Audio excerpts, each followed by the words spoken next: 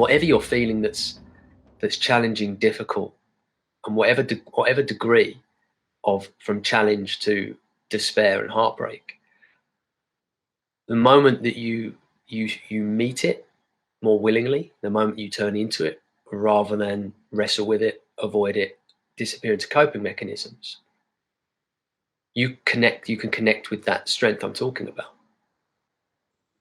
And it might mean when you're feeling the deepest difficult emotion and you do something you've never done before or hardly ever done or haven't done to the degree that I'm encouraging, if you turn away from your coping mechanisms, your distractions, and you turn into the feeling itself, the feeling itself may feel bigger because you're acknowledging it. And acknowledging is the first step. It's an acknowledgement. Acknowledgement is the first step, as I see it, to all transformation.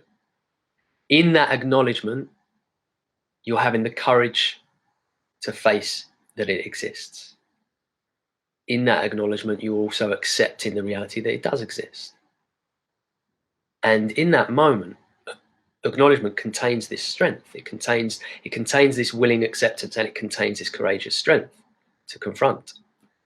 So if you do that, while your focus might be on, oh God, this feels even bigger now because I'm really acknowledging it, what's happening simultaneously is you're connecting with the strength that you have within you to hold whatever that is.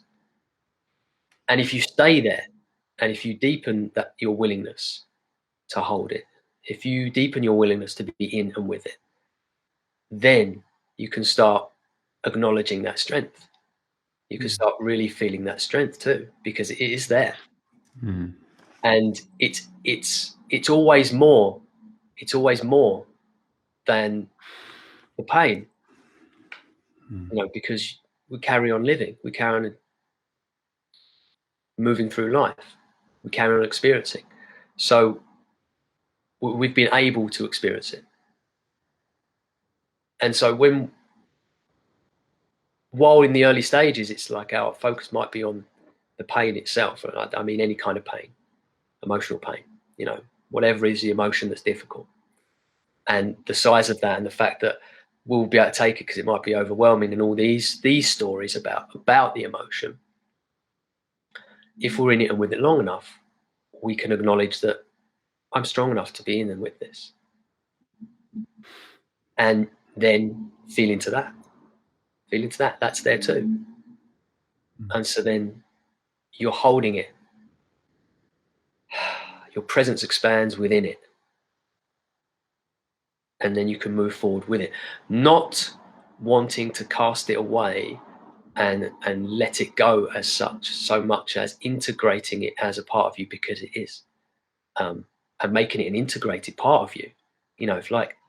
If you're experiencing some level of fear, anxiety, and stress, and you go through this process that I'm talking about, that becomes integrated as a part of you that works well for you.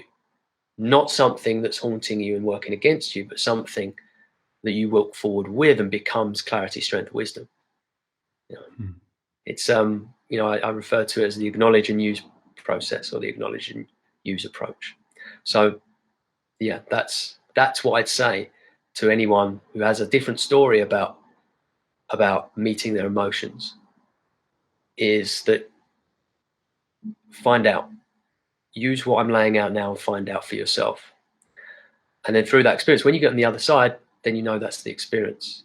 And don't hide away from that because it's outside of your story and your patterns. Really notice that I went into and through that, and I can do that again. And then the more you do that, the more the outcome,